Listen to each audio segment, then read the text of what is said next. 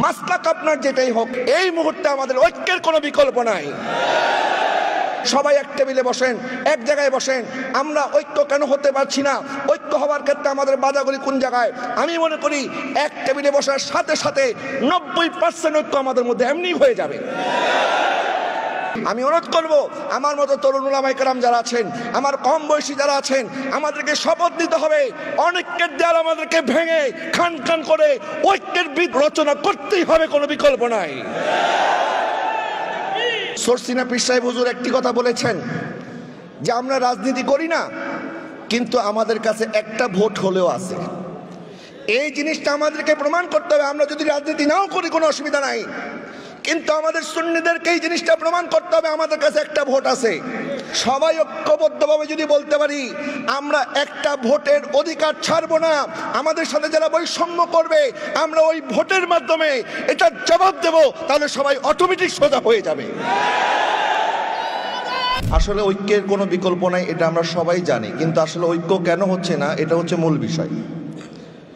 আল্লাহ সুবহানাহু ওয়া তাআলা ইরশাদ করেছেন, ওয়াতাসিমু বিহাবলিল্লাহি জামিআ ওয়া লা তাফাররাকু, তোমরা আল্লাহর রশিকে মজবুতির সাথে আঁকড়ে ধরো, তোমরা ভাগ ভাগ হয়ে যেও না। আল্লাহ পাক কোরআনে নিষেধ করেছেন আমাদেরকে দলে দলে বিভক্ত হতে, কিন্তু তারপরেও আমরা দেখা যায় যে অনেক সময় রাজনৈতিক কারণে, অরাজনৈতিক কারণে, ব্যক্তির স্বার্থে অথবা নিজেদেরকে জাহের করার জন্য, নিজেদের শক্তি প্রদর্শন করার জন্য বিভিন্ন কারণে আমরা একে অপর থেকে বিচ্ছিন্ন হয়ে আছি। এটা আল্লাহ পাক কোরআনে স্পষ্টভাবে নিষেধ করেছেন।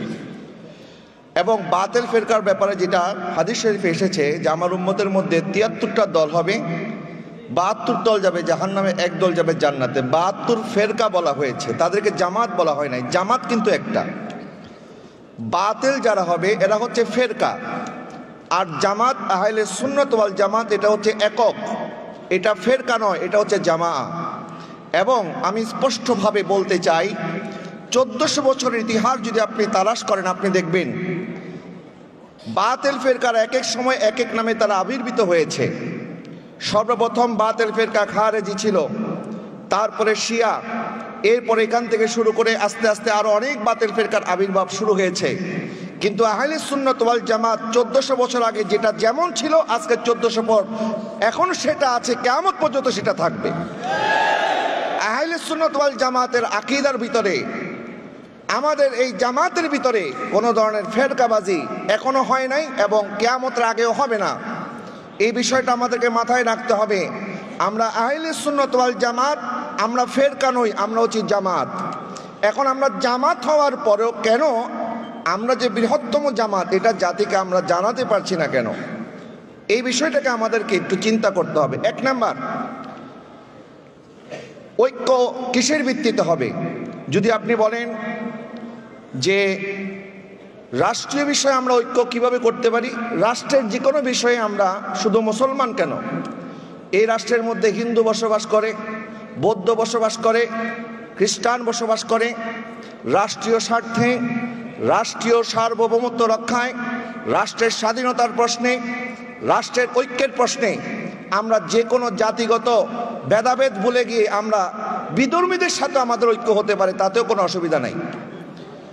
দুই নাম্বার, যদি আপনি ঐক্যের কথা বলেন ইসলামী মূলনীতির ভিত্তিতে, ইসলামী ঐক্য আমরা চাই। ইসলামী ঐক্যের ক্ষেত্রে, আকীদার ক্ষেত্রে, মৌলিক আকীদার ক্ষেত্রে কোনো ঐক্য হতে পারে না।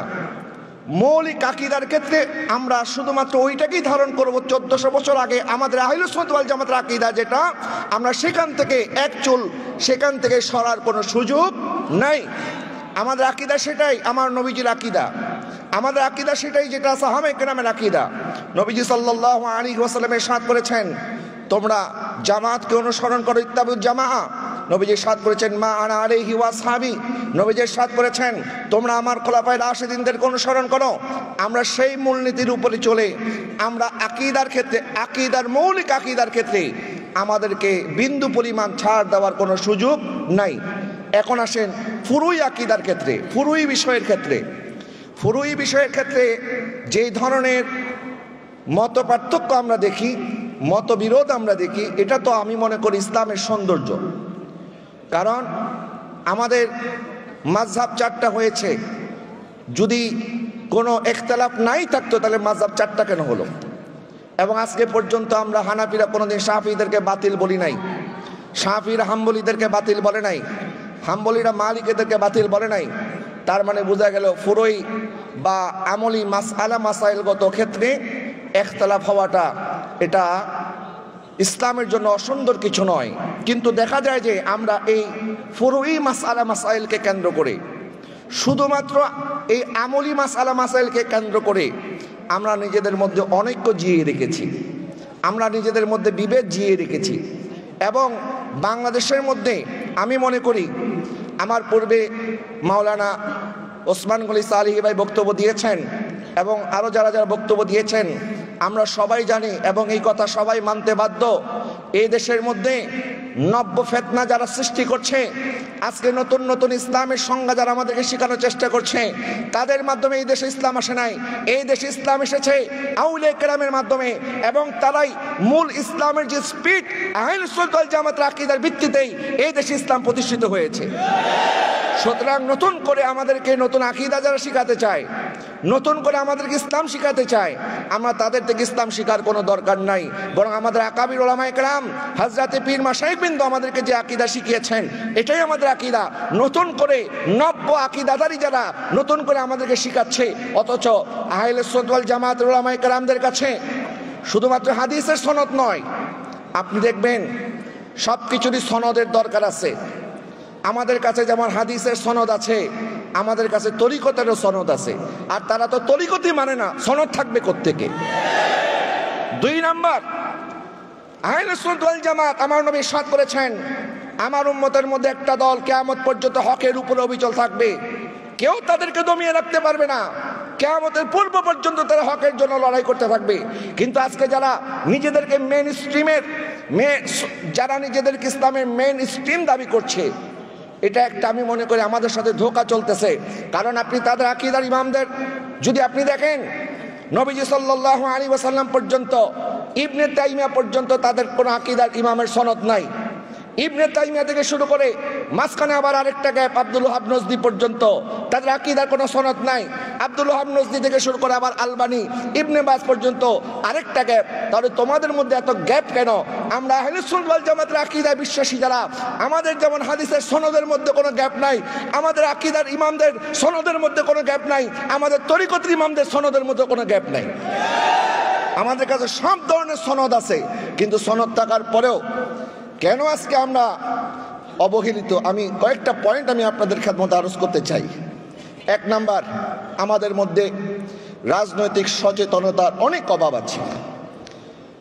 আমরা মানুষ বেশি আছে, কিন্তু আমরা রাজনৈতিক সচেতন নই। রাজনীতি না করা এক জিনিস, এটার মধ্যে আমার কোনো আপত্তি নাই, রাজনীতি আমরা না করতে পারি, কিন্তু রাজনৈতিক সচেতন না হওয়া এটা আমি মনে করি আমাদের জন্য খুবই ক্ষতির কারণ হবে। আমরা শুধুমাত্র মসজিদ মাদ্রাসায় থাকি বলে, কোরআন হাদিস নিয়ে গবেষণা করি বলে আমরা রাজনৈতিক সচেতন হব না, রাজনৈতিক বিষয়ে খোঁজ খবর নেব না, এই বিষয়ে আমরা আমাদের অবস্থান ক্লিয়ার করব না, এটা হতে পারে না। এখান থেকে আমাদেরকে বেরিয়ে আসতে হবে। আপনারা দেখবেন ইতিহাস সাক্ষী দেয় আমাদের রাজনৈতিক অসচেতনতা, উলামায়ে কেরামের যুগ উপযোগী পদক্ষেপ নেওয়ার ক্ষেত্রে তাদের দ্বিধাদ্বন্দ্ব, তাদের হীনমন্যতা, এটা আমাদেরকে রাজনৈতিকভাবে পিছিয়ে দিয়েছে।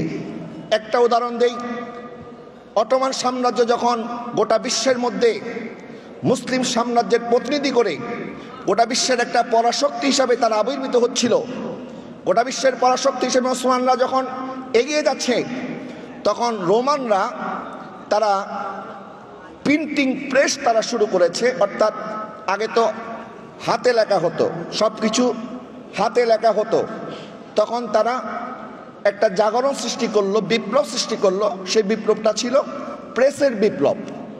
তারা আর হাতে লেখে বই ছাপাচ্ছে না, তারা এখন প্রিন্টিং প্রেসের দিকে চলে গেছে। ওই সময় কিছু উলামায়ে কেরাম বললেন, যদি আমরা এখন প্রিন্টিংয়ের দিকে চলে যাই তাহলে এখানে ভুল হওয়ার সম্ভাবনা থাকবে, আমাদের অনেক কথা এদিক সেদিক হয়ে যাবে, এই মেশিনের উপরে আমাদের আর কোনো আস্থা রাখা যাচ্ছে না।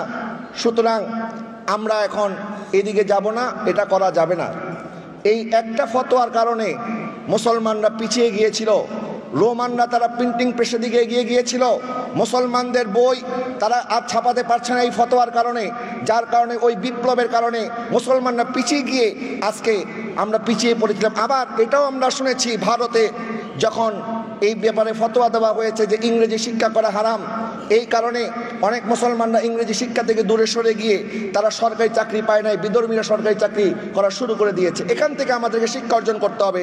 এই ধরনের কোনো ধরনের পদক্ষেপ যেন আমাদেরকে পিছিয়ে না দেয়, যুগ উপযোগী আমাদেরকে সিদ্ধান্ত নিতে হবে। নবীজি সাল্লাল্লাহু আলাইহি ওয়াসাল্লাম যায়েদ বিন হারিস রাদিয়াল্লাহু তাআলা আনহুকে হিব্রু ভাষা শিক্ষা করার জন্য বলেছেন, কারণ ইহুদিদের এই তাওরাত কিতাব এটা হিব্রু ভাষায় ছিল। নবীজি সাল্লাল্লাহু আলাইহি ওয়াসাল্লাম যখন তাদেরকে ডেকে আনতেন, ওই সমস্ত ইহুদি পণ্ডিতরা এটা অপব্যাখ্যা করত, যার কারণে নবীজি বলেছেন তুমি হিব্রু ভাষা শিখো এবং তুমি নিজে নিজে ওই কিতাব পড়ে পড়ে আমাকে অর্থ তুমি বলে দাও। এইভাবে আমরা বুঝতে পারি নবীজি সাল্লাল্লাহু আলাইহি ওয়াসাল্লাম আমাদেরকে ভাষা শিক্ষার জন্য যুগ উপযোগী পদক্ষেপ নেওয়ার জন্য আমাদেরকে কিন্তু উৎসাহিত করেছেন। আমাদেরকেও যুগ উপযোগী পদক্ষেপ নিতে হবে। আমার কথা শেষ। আমার কথা হচ্ছে একটাই, আমরা যদি ঐক্যবদ্ধভাবে আহলে সুন্নাত ওয়াল জামাতকে এগিয়ে নিতে না পারি, ভবিষ্যতে বাংলাদেশের মধ্যে সুন্নিদের অস্তিত্ব সংকটে পড়তে হবে। এখানে আমাদের অনেকের সাথে অনেক বিষয় হয়তোবা দ্বিমত থাকতে পারে, কিন্তু মৌলিকভাবে আমরা তো সবাই আহলে সুন্নাত ওয়াল জামাতের আকীদায় বিশ্বাসী, এটার মধ্যে তো কোনো সন্দেহ নেই। কথা বলেন ঠিক কিনা? বিগত ফ্যাসিস্ট সরকার উলামায়ে কেরামের উপরে বিভিন্নভাবে তারা নিপীড়ন চালিয়েছে। নিপীড়ন দুই ধরনের, এক ধরনের হচ্ছে সরাসরি অ্যাটাক করা, আরেকটি হচ্ছে ভাতৃঘাতী সংঘাত আমাদের মধ্যে ছড়িয়ে দেওয়া। আমরা দেখেছি আমাদের সাথে অনেকের আকীদার বিরোধ থাকতে পারে, কিন্তু আমরা একটা বিষয়ে একমত যে এই দেশে অসংখ্য উলামায়ে কেরামকে জেল জুলুমের শিকার হতে হয়েছে, তাদেরকে বিভিন্নভাবে অত্যাচার নির্যাতন নিপীড়ন করা হয়েছে। আর সুন্নিদের সাথে যদিও সেই পর্যায়ের জুলুম তারা না করলেও সুন্নিদের ভিতরে তারা বিভেদ জিয়ে রেখে আমাদেরকে পঙ্গু করে দিয়েছে। সুতরাং আমাদেরকে এখান থেকে শিক্ষা নিতে হবে। আমরা কি এইভাবে আস্তে আস্তে বিচ্ছিন্ন হয়ে নিজেদের মধ্যে দূরত্ব সৃষ্টি করে আমরা কি শুধু মার খেতেই থাকবো? নাকি আল্লামা ফারুকী রহমাতুল্লাহি আলাইহি বলেছিলেন পীর যার যার সুন্নিয়াত সবার। এই কথা বলতে বলতে আমাদের ফারুকী সাহেব রহমাতুল্লাহি আলাইহি জীবন দিয়ে দিয়েছেন, কিন্তু আজকে পর্যন্ত আমরা কি তার বিচার পেয়েছি? কেন বিচার পাই না? একমাত্র আমাদের অনেকের কারণে। আমরা যদি ঐক্যবদ্ধ থাকতাম, আজকে আমাদেরকে কেউ কিছু বলার ক্ষেত্রে 10 বার চিন্তা করত। আমি আপনাদেরকে বর্তমানে আমাদের চলমান রইসুদ্দিন হত্যাকাণ্ডের একটা বিষয় আপনাদেরকে বলতে চাই। রইসুদ্দিনকে হত্যা করা হয়েছে, আমি অবজার্ভ করেছি, আমি গবেষণা করে এবং সরজমিনে আমি যা বুঝলাম, সে একমাত্র সুন্নি আকীদার হওয়ার কারণে আজকে তার সাথে জুলুম করা হয়েছে। সুতরাং আমরা এখনো যদি অনৈক্যের মধ্যে থাকি, আপনি মাসলাক আপনার যেটাই হোক, তারা কিন্তু আপনাকে এখন আওয়ামী লীগ দোসর ট্যাগ লাগিয়ে, মাজার পূজারি ট্যাগ লাগিয়ে, তাদের বিরোধী ট্যাগ লাগিয়ে বিভিন্নভাবে তারা আপনার আমাকে তারা ষড়যন্ত্র করে এক এক জায়গায় মামলা মোকদ্দমার মধ্যে ফাঁসিয়ে আমাদের সবাইকে কোণঠাসা করার চেষ্টা করবে। এই মুহূর্তে আমাদের ঐক্যের কোনো বিকল্প নাই। আমাদের ভিতরে দূরত্ব কেন সৃষ্টি হচ্ছে আজকে মসলকগত কারণে? আমি মনে করি আমাদেরকে একটা সেমিনার করতে হবে। সেমিনারের শিরোনাম হবে আল্লামা ফারুকী রহমাতুল্লাহি আলাইহির বিচার আমরা কেন পাই নাই, আল্লামা ফারুকীর স্বপ্ন কেন বাস্তবায়ন হয় নাই, এটা নিয়ে আসেন। আল্লামা ফারুকী যারা ভালোবাসেন সবাই এক টেবিলে বসেন, এক জায়গায় বসেন। আমরা ঐক্য কেন হতে পারছি না? ঐক্য হওয়ার ক্ষেত্রে আমাদের বাধাগুলি কোন জায়গায়? আমি মনে করি এক টেবিলে বসার সাথে সাথে 90% ঐক্য আমাদের মধ্যে এমনি হয়ে যাবে। একটা পক্ষ আমাদেরকে বসতে দিচ্ছে না, আমাদেরকে আলাপ করতে দিচ্ছে না, আমাদেরকে কথা বলতে দিচ্ছে না, আমাদের মধ্যে বিভেদের দেয়াল সৃষ্টি করে রাখছে। আমি অনুরোধ করব, আমার মতো তরুণ উলামায়ে কেরাম যারা আছেন, আমার কম বয়সী যারা আছেন, আমাদেরকে শপথ নিতে হবে অনৈক্যের দেয়াল আমাদেরকে ভেঙে খান খান করে ঐক্যের বীজ রচনা করতেই হবে, কোনো বিকল্প নাই।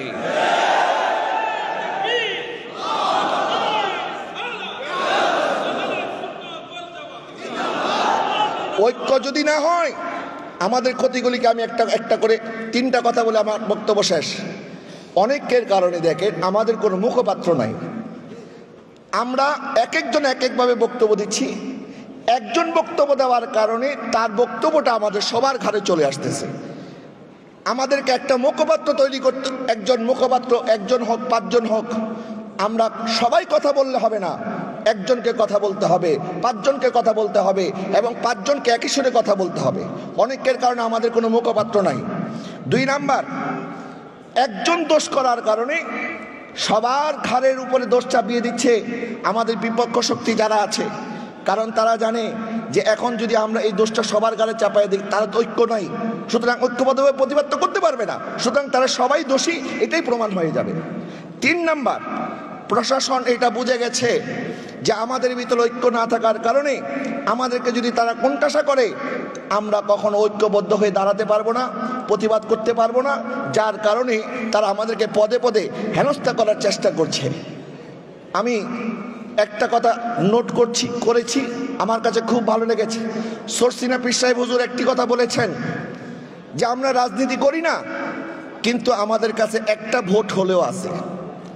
এই জিনিসটা আমাদেরকে প্রমাণ করতে হবে। আমরা যদি রাজনীতি নাও করি কোনো অসুবিধা নাই, কিন্তু আমাদের সুন্নিদেরকে এই জিনিসটা প্রমাণ করতে হবে আমাদের কাছে একটা ভোট আছে। আমরা সবাই ঐক্যবদ্ধভাবে যদি বলতে পারি আমরা একটা ভোটের অধিকার ছাড়বো না, আমাদের সাথে যারা বৈষম্য করবে আমরা ওই ভোটের মাধ্যমে এটার জবাব দেব, তাহলে সবাই অটোমেটিক সোজা হয়ে যাবে। আমি বিদায় নিচ্ছি। আসসালামু আলাইকুম ওয়া রাহমাতুল্লাহ।